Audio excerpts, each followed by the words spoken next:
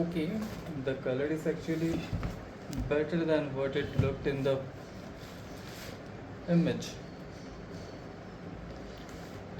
It is actually darker than what it shows in the camera.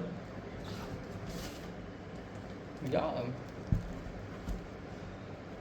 well, I can also wear this in formal casual events. I mean, semi formal events.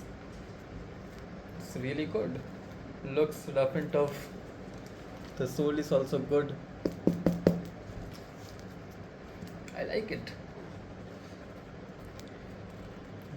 The upper material is not just shiny leather. It's kind of a mix of suede and leathery finish.